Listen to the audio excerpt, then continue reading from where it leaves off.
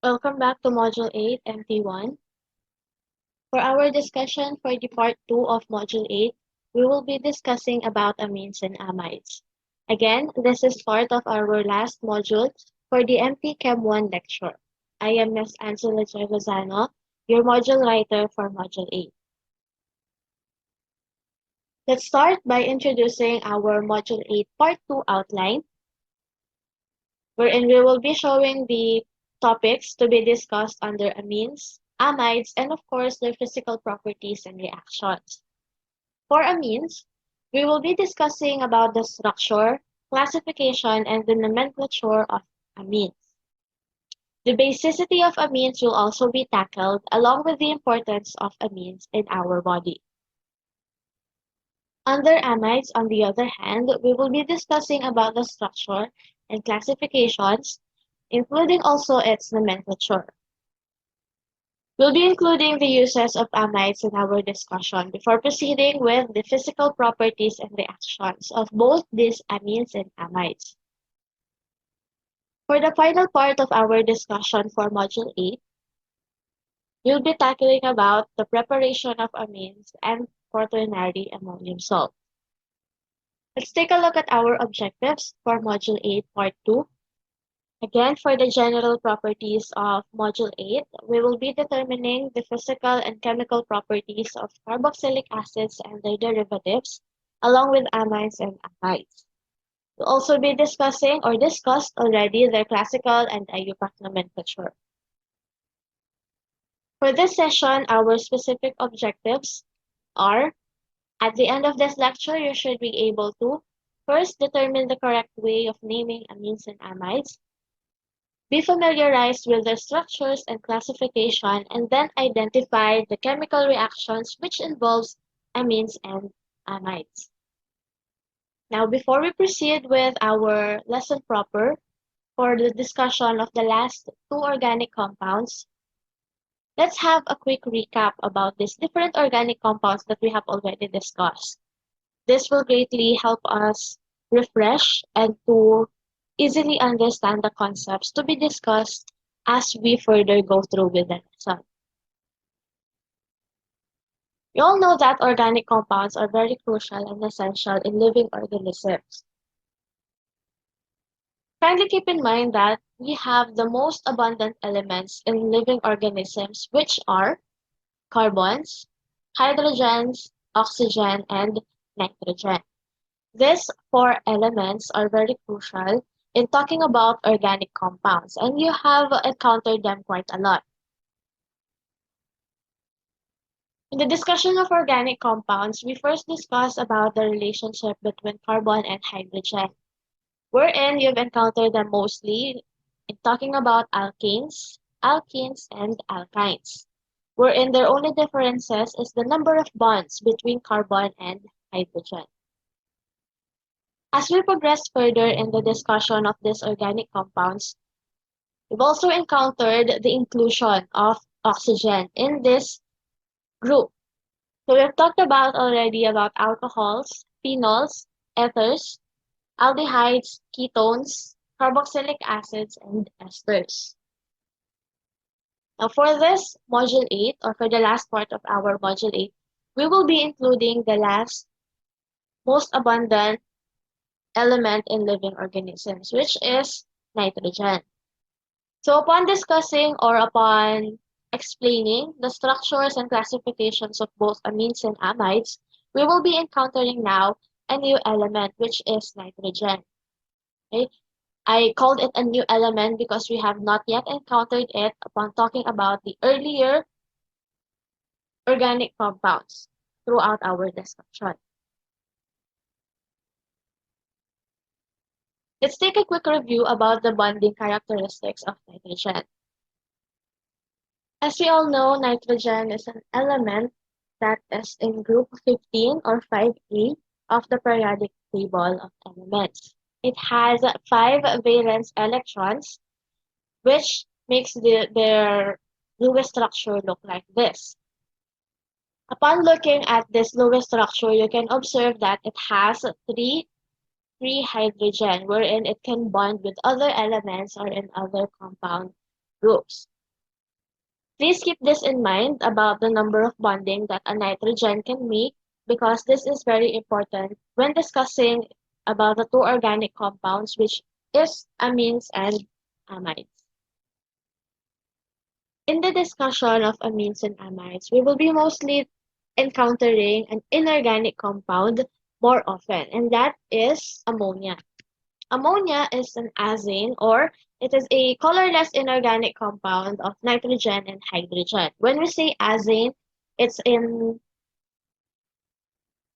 when we say azane, it's a compound that only has nitrogen and hydrogen, and it only has single bonds.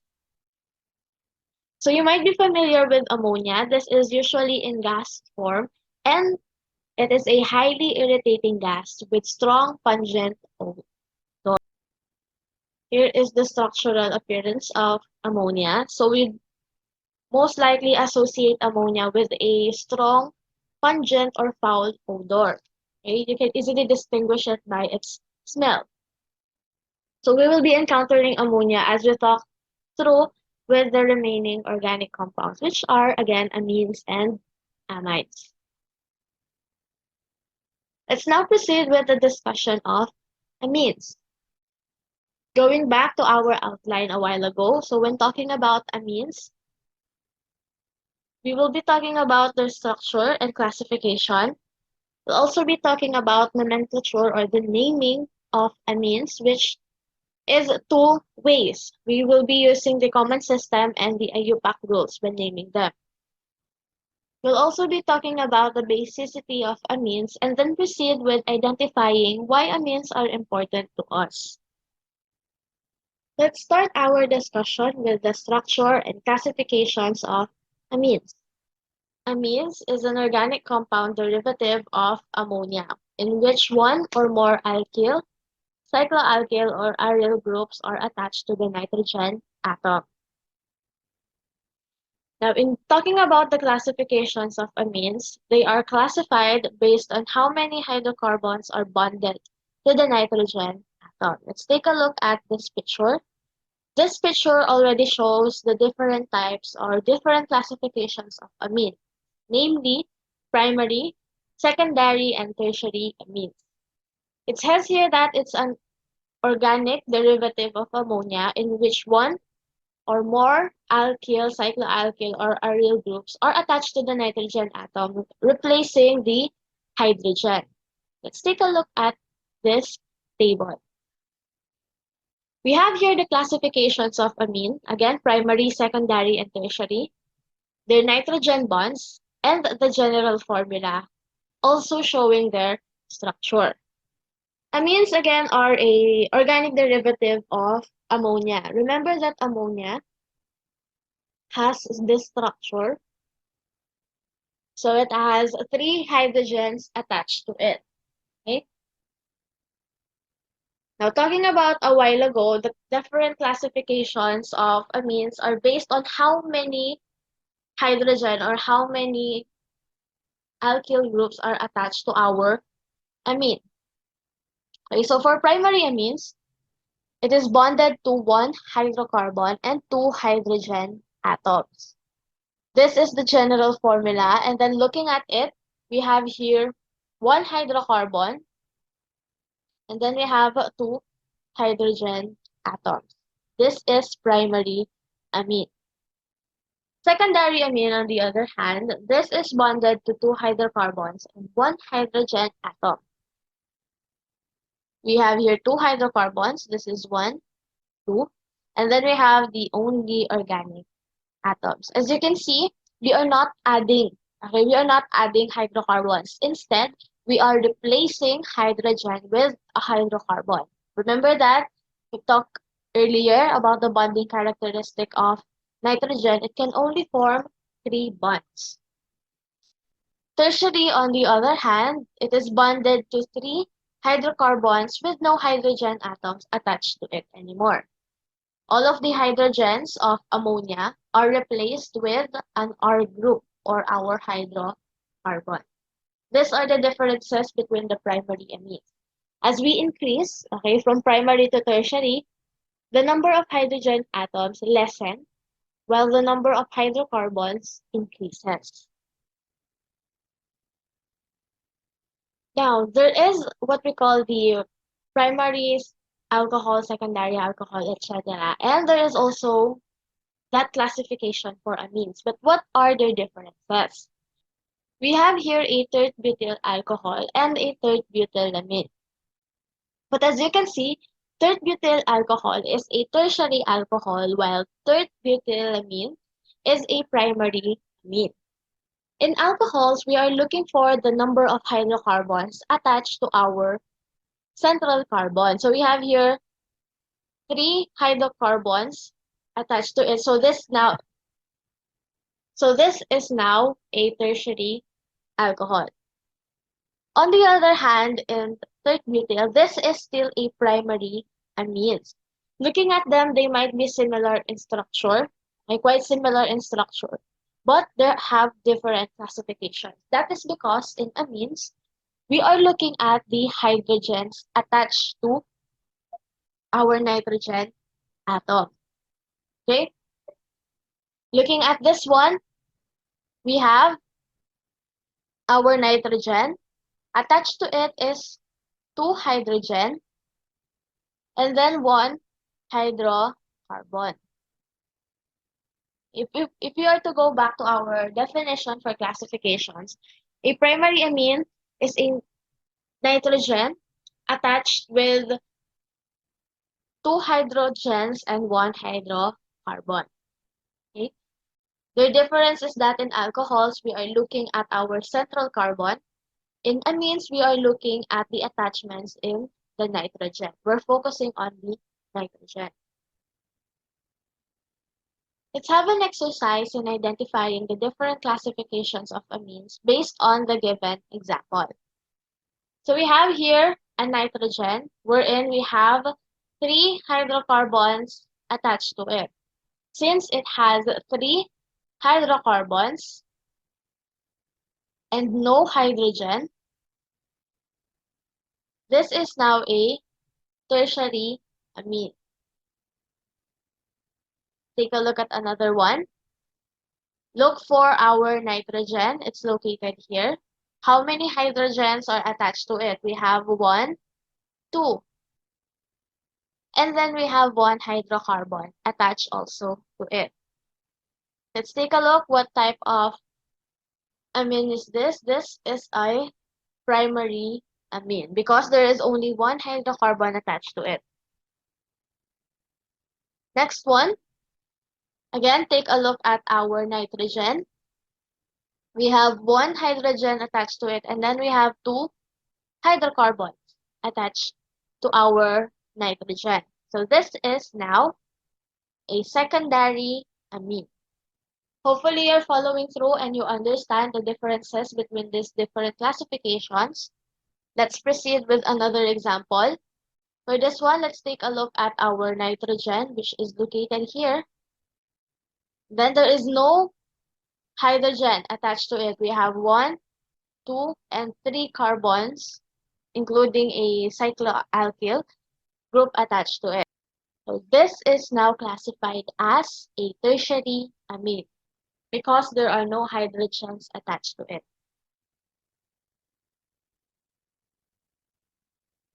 For our last example, let's take a look at this one. We have our nitrogen. Attached here is 2 hydrogen atoms and then 1 cycloalkyl. This is now a primary amine. By simply looking at the attachments of the nitrogen, we can easily identify what type or what classification of amine rather are we looking for. Next is the existence of cyclic amines.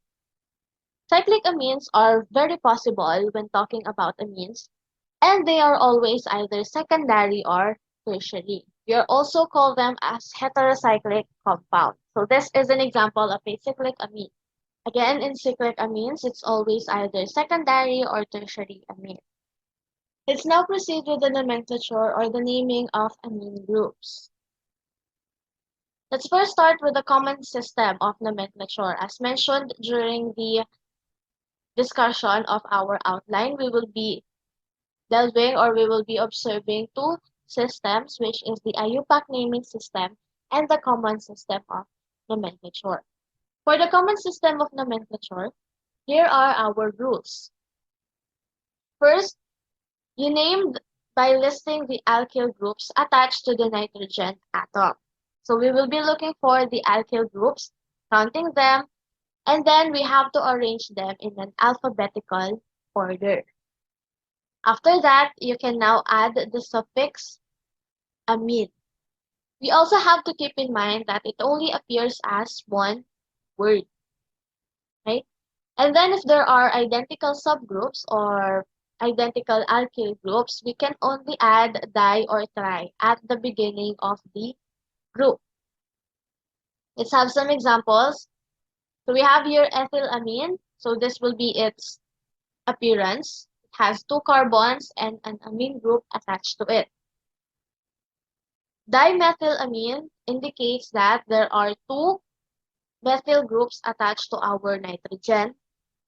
And then ethylmethylpropylamine indicates that there is a ethyl group, methyl group, and a propyl group attached to it. So their separation indicates that they are located at the different bonding electrons of our nitrogen. Again, they are arranged in alphabetical order regardless of their position. Because in the common system of nomenclature, we are focusing on our nitrogen. Let's try to name this one. So we have here our nitrogen, and then we have a methyl group attached to it, another methyl group, and another methyl group. As mentioned a while ago, if there are identical groups, we can use the prefix di or tri. So since these are three methyl groups, our final name for this amine is trimethylamine. Let's check another one. We have here our nitrogen atom. Bonded here is a methyl group. We have another methyl group on the other electron.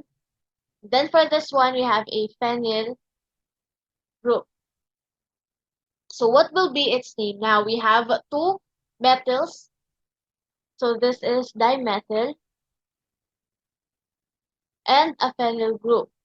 So following the alphabetical order, it will be dimethylphenylamine. Hopefully you're following through. Let's now proceed with the IUPAC nomenclature of amines, starting with primary amines. Here are the rules of the IUPAC nomenclature. So first, we need to select as the parent carbon chain the longest chain to which the nitrogen atom is attached.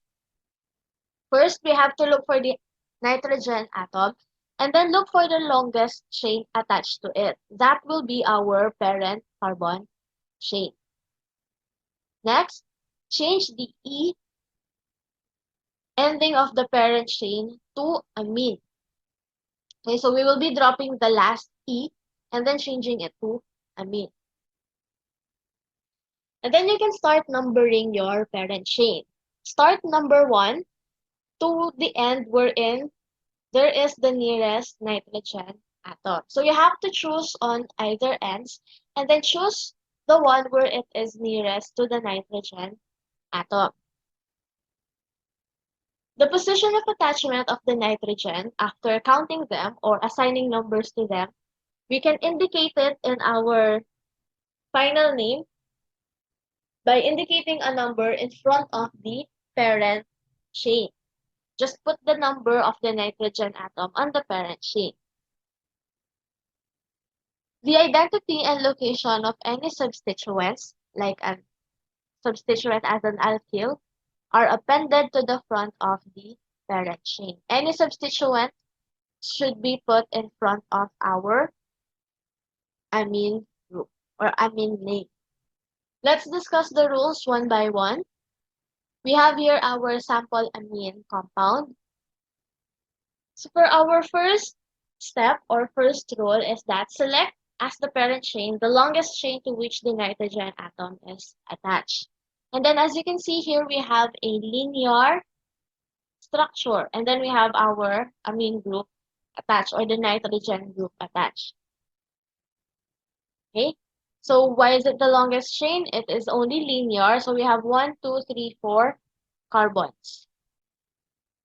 So this is a 4-carbon chain. Next rule is that name the parent by changing the E ending of the corresponding alkane name to amine. So since this is a 4-carbon chain length, we have butane. And then it says here to change the E ending to amine. So drop E and then replace it by amine. So our parent chain now is named as butanamine. Next, number the parent chain from the end nearest the nitrogen atom. So first you have to number our parent chain. It can start in here, 1, 2, 3, 4. Or it can start at the other end, 1, 2, 3, 4. But for this one, we have specific rules. We have to choose the number nearest to the nitrogen atom. So we will be following the second numbering. After numbering our parent chain, the position of the attachment of nitrogen atom is indicated by a number in front of the parent chain.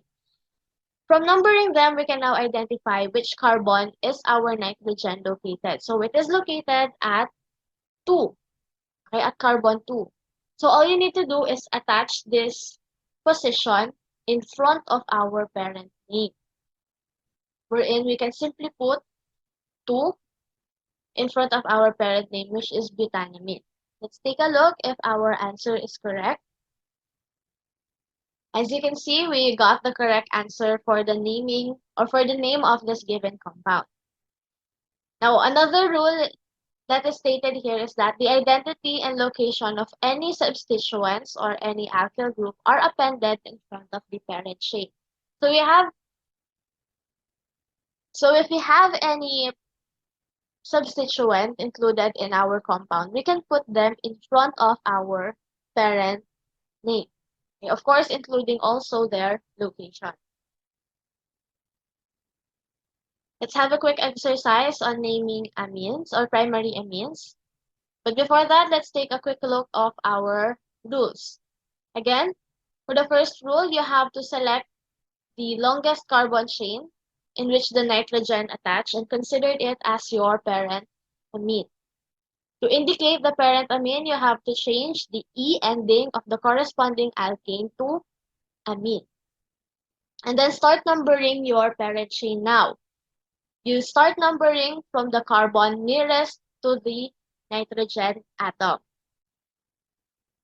And then upon indicating the location of the nitrogen, you can add it by putting the number in front of the parent chain. If any substituents are included or present in our given compound, these are appended in front of our parent chain. Let's now take a look at our examples, exercises. Let's try to name this one. Again, first, select the one with the longest carbon chain, which includes our nitrogen. So here is our nitrogen. So you can count here 1, 2, 3, 4. Or it can also be 4 in this side. Okay? Upon looking for our parent name, we can now name it. So we have here 4-carbon chain length. This is butane. And then we will be changing the last E to amine. So this will be butanamine again. And then we can start numbering. Okay? We start numbering by putting the number 1 at the carbon nearest to our nitrogen. And then we already number it correctly. This will be number 1. Nitrogen is attached to our carbon number 1. So the location is now 1-butanamine. But there is a substituent included in our compound. So our substituent is a methyl group. So what you need to do now is to locate it first. So it's located in carbon 3. So this is 3-methyl. And then our final answer is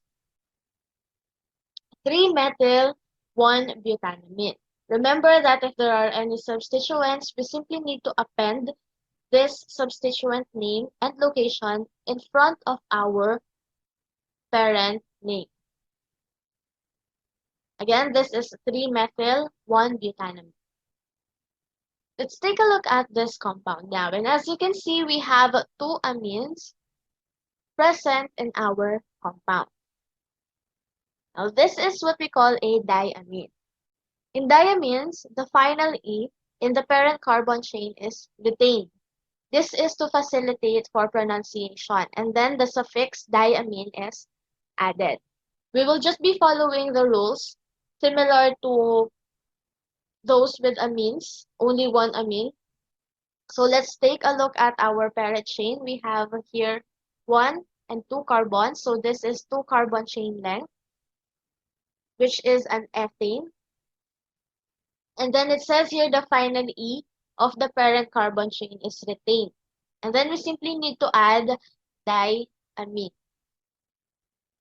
The locations are located in 1 and 2 carbons. So our final answer here, or the final name of this compound is 1,2-ethane diamine. Okay? Hopefully you understood how we write diamines or how we name diamines and those with only one amine group. Let us now discuss the naming for the secondary and tertiary amines. For the secondary and tertiary amines, in terms of their IUPAC naming, these are named as N-substituted primary amines. What are we talking about here? First step in naming secondary and tertiary amines is that the largest carbon group or the largest carbon chain wherein the nitrogen is located is used as our parent amine name. Okay, we have to look for the largest carbon group. The other groups attached to our nitrogen are treated now as substituents, wherein their names are appended in front of our base name or in our parent name. For their location, we are not going to be using numbers here. We will be using N or NN prefixes to indicate that these groups are attached to our nitrogen rather than the base carbon chain. Right, we will be using N for secondary amines and NN for tertiary amines. In order to understand more about these rules for naming secondary and tertiary amine, let's take a look at the steps much closer by using or by looking at an example. So we have here an example of a secondary amine. How did we know that it is a secondary amine? Let's take a look at our nitrogen. And then as you can see in our nitrogen, we have 2 hydrocarbons attached to it, and then we only have 1 hydrogen. You still remember our definitions for the different classifications of amines. You know that if there are 2 hydrocarbons, we have and only 1 hydrogen, this is a secondary amine. For our first rule, it says that the largest carbon group bonded to the nitrogen is used as the parent amine name. So for this one, let's identify the 2 carbon groups first. So we have here our first carbon group, and then this is our second carbon group.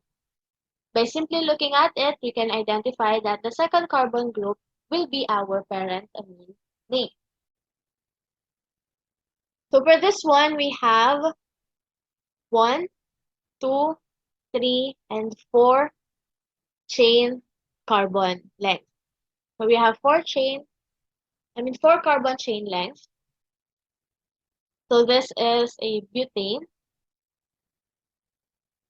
And then following the rule for the primary amine a while ago, we will simply drop the E and then change it with amine. So this is now for butanamine. And then upon numbering them, number the carbon number 1 if it's the closest to our nitrogen. So our nitrogen is located at 2. So this is now 2-butanamine. This is our parent amine name. For the second group, it says here that the other groups attached to the nitrogen are appended in front of our base name. So this other group is our methyl alkyl group. Okay, this is the other carbon group attached to our nitrogen. Alright. All we have to do is to attach it in front of our base name. Let's do that later on. And then for our last rule, it says here, N dash or NN are the prefixes to use to indicate that the carbon group is attached to the nitrogen rather than to the base carbon chain. Remember that this is our base carbon chain. So we cannot use numbers in locating our methyl group because again, it's not attached to the carbon chain, it's attached to our nitrogen. So in order to locate it, we will simply use N. And then all we need to do is append it in front of our parent chain name. So our final name for this secondary amine is N-methyl-2-butanamine. Okay, hopefully you're getting it. Again, all you need to do is take a look at our nitrogen and see if there are hydrocarbons attached to it. Look for the largest carbon group, then name it, and then you can start naming your other groups attached to the nitrogen.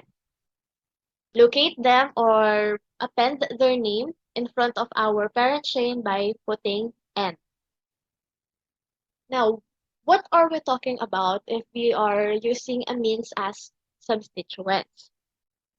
If there are other functional groups present in our amine group or in our compound, amines will be considered as substituents. They will never be considered as a parent chain if there are other functional groups present in our compound.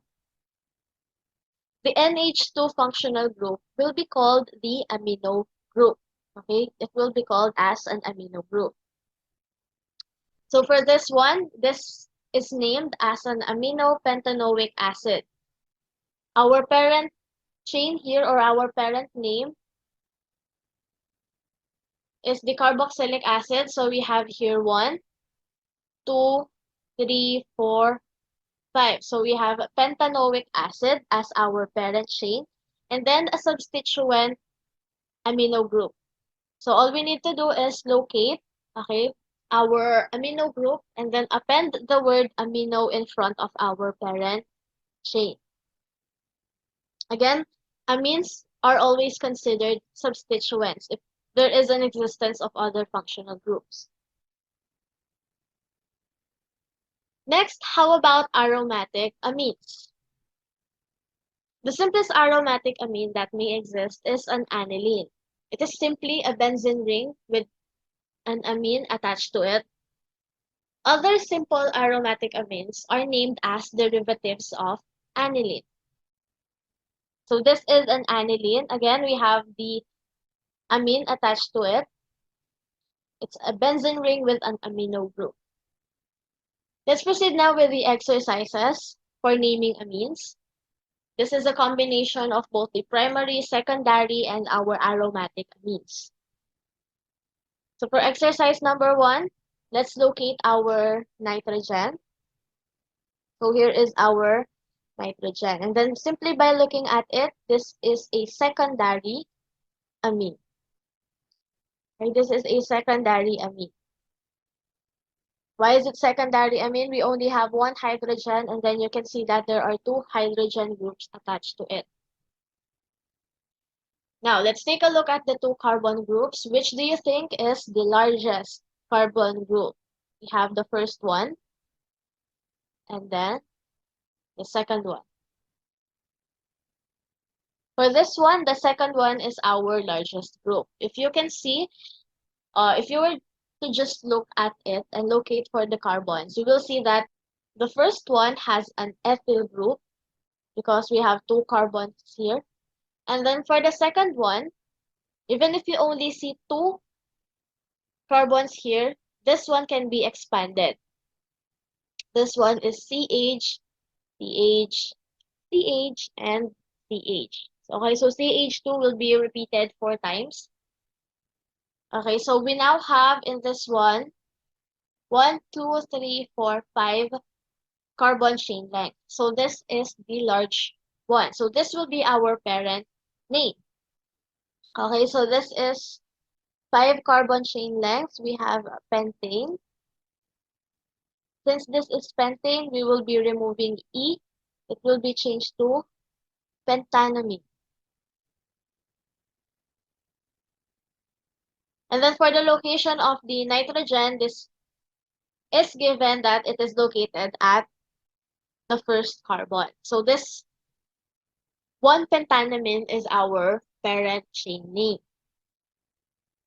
This ethyl group, on the other hand, again, in locating, okay, the other carbon group, we will not be using numbers, but we will be using N to indicate that this is attached to a nitrogen. So our final name for this compound is N-ethyl-1-pentanamine. Hopefully you got it right. Let's try another one. We have here an aromatic amine. So we have an aniline. Let's try to number it. This will be carbon number 1, 2, 3, 4, 5, and 6. We have a substituent at carbon 4, which is a bromine, and this will be named as bromo. Let's indicate the location located at the fourth carbon. So this will now be named as 4-bromo-aniline. So all we need to do is append this name of the substituent to our base name for aromatic amine, which is aniline. So this is 4-bromo-aniline. Next, we have another aromatic amine, but this time, our nitrogen is a tertiary amine. How do we know that it's a tertiary amine? You can see that we have 4 hydrocarbons attached to it, and we don't have a hydrogen attached to our nitrogen. So just simply by looking at it, this benzene ring will be our largest carbon group. So our parent chain will now be simply aniline. The other carbon groups, we have 2 methyl. So this is methyl group and another methyl group attached to our nitrogen. So this is now N and dimethyl, indicating that we have 2 methyl groups attached to our nitrogen. And then you can simply combine them with each other. So the final name for this given compound is now NN-dimethyl-aniline. We're now done with the nomenclature of amines, wherein we've talked about the common system and the IUPAC rules for naming the primary and secondary and tertiary amines. Let's now proceed with talking about the basicity of amines. For the basicity of amines, amines are considered as weak bases. Okay? They behave similarly to ammonia, wherein ammonia is also a weak base. They accept proton or H positive from water to produce ammonium ion or NH4 plus and a hydroxide ion. Let's take a look at this reaction. So for the first one, this is the reaction of ammonia with water. So again, we have ammonia plus water will produce ammonium ion and a hydroxide ion. Wherein, as stated here, the hydrogen from water will move to our ammonia to produce ammonium ion and a hydroxide ion. Similar things happen with amines. So we have here an example of an amine, which is a methanamine. If you combine it with water, it will produce an ammonium ion and a hydroxide ion. So we have here methylamine, then producing a methylammonium ion and a hydroxide ion. These are what we call substituted ammonium ion. This is an ammonium ion in which one or more alkyl, cycloalkyl, or an aryl group has been substituted for the hydrogen ion. Okay? This is an example of a substituted ammonium ion. As you can see, we are lacking one hydrogen in this group, and it is replaced by an alkyl group. That's it for the basicity of amines. Let's now proceed and take a look at why amines are important in living organisms. Amines are mostly involved in the reactions in our body, and here are some of the selective biochemically important amines that we have. First and foremost are neurotransmitters.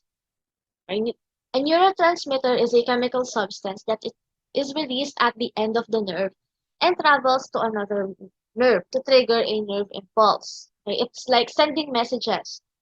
So the one responsible for that are usually amines. Our first example for a neurotransmitter amine is a norepinephrine. This is secreted by adrenal glands into the blood, and its function is to maintain muscle tone in our blood vessels, which makes the blood flow much smoothly.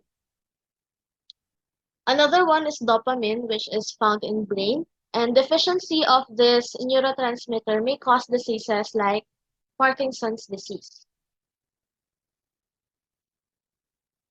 Serotonin, also a brain chemical, this is involved in our sleep, sensory perception, and body temperature. So lack of this neurotransmitter may affect a lot of perception, a lot of things in our nervous system. Another neurotransmitter is an epinephrine, or what we all know as adrenaline. This is a nervous system stimulant, a central nervous system stimulant, or what we also call as a fight or flight hormone. Another neurotransmitter is histamine. This is responsible for the unpleasant effects of pollen allergy and hay fever. Histamine is involved in the allergic reactions. As you can see, they are very important in the biological processes and reactions in our body, usually in our nervous system. We're done discussing amines, and we'll be proceeding with amides, along with the discussion of the physical properties and reactions of both amines and amides. Before proceeding with our next video, kindly take a break, okay? And if you want, you may go back to some parts you don't understand